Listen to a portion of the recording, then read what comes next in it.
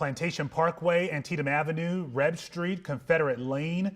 These are just some of the roads kicking off a war of words in a Fairfax neighborhood, all named for the Confederacy. Some people say the street names are symbols of racism and should be changed. Others claim they're symbols of history, and changing them would be such an inconvenience. Our Megan Rivers is live in the Mosby Woods neighborhood just off Route 66. And Megan, we know you've been talking with neighbors. They've been going back and forth, but what happens from here?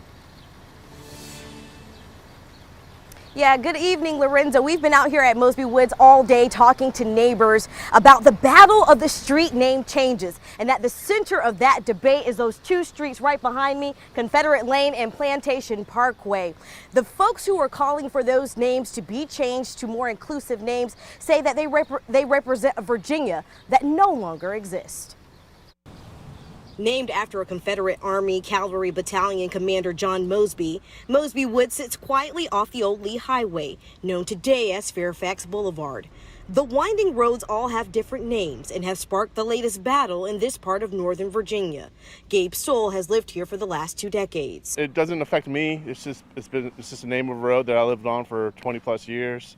I can see how it may affect some people, and I'm happy to change it if it's affecting enough people, but it really doesn't bother me that much. Built in the early 1960s at a time when African Americans were not allowed to live in this community, some neighbors say they never gave much thought to their street names. I bought on Confederate because it was the house that was available, but honestly never thought about it until one day I went to downtown to the theater and was telling somebody my address, and everyone in the room was African American. And when I said I live at my address, they were like, "Seriously, your street name is Confederate Lane?" And I think that was the first time it hit me. That one interaction, she says, expanded her way of thinking. It just made me more aware to be sensitive to, why does this bother someone? And if it bothers them that much, what can we do to make a difference to make more people feel comfortable? But the renaming of some of the Confederate named streets doesn't bode well with everyone.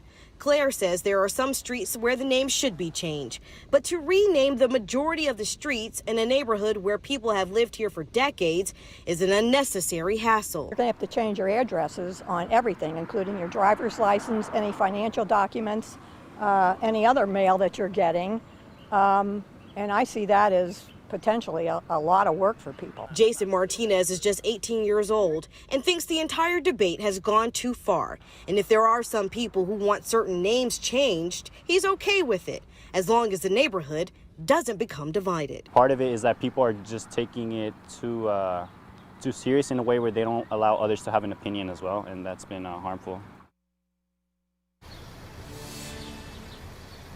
Well, all of the street names in this neighborhood are not directly connected to the Confederacy. In fact, one of the neighbors we spoke with off camera gave me a little bit of a history lesson and says that there's a traveler road here and that road is evidently named after the horse that Robert E. Lee rode. So again, some names do have connections to the Confederacy, others do not. But again, that public meeting that the neighborhood can attend if you want your voice to be heard is slated for June 14th.